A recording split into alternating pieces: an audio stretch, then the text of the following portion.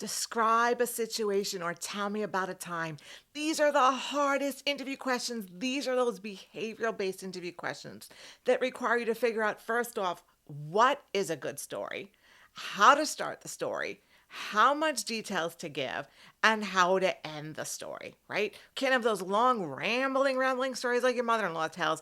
We need this to be succinct and to the point, but you still need to give enough details that people understand what's going on. So if you had a time of describe a situation where you had a conflict with a coworker and you just said, well, the two of us didn't get along and we just agreed that we would compromise on it and everything was fine. That's not really describing a situation really well, right? Okay, that's just glossing over it, and no one has any understanding of your intellectual intelligence on that, your ability to get along with other people, your ability to speak, to communicate, to play well with others, not run with scissors, all the things, right?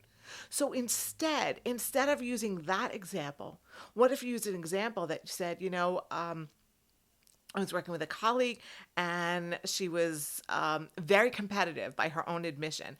And she would withhold information from me that I needed when I was working with our clients. And I took her aside. I said, hey, listen, we got to talk, right? Like, we're on the same page here. I don't want your job. We are here for our clients. We are working together as a team. And I must tell you that from that moment on, everything changed. It was a 180-degree shift, so much so that our clients recognized like the ridiculously amazing camaraderie that the two of us had together. And we then knew each other's stories. We were able to play off of each other, and people remarked on it time and time and time again, how well we worked together. Okay. And when she left several years later, I told her afterward, I said it was never the same after she left. Right. So that describes the story much better than just, yeah, we didn't get along, we compromised. Do you see that? Right? We had the situation, we had my action, what I did, we had the results, and I tied it up neatly with a bow. Right? So it's always important to give a full picture, give a positive ending at the end. So now, if that situation required me to have to escalate the problem and go to human resources and file a grievance, again, not a good example, right? Because that example doesn't showcase my ability to solve the problem, communicate. Communicating is one of the biggest skills needed in a job and needed for advancement in your career. So when you're working on choosing the situations, choose situations that are going to put you in a positive light and show that full story. Okay. Now make sure that it is relevant for the job.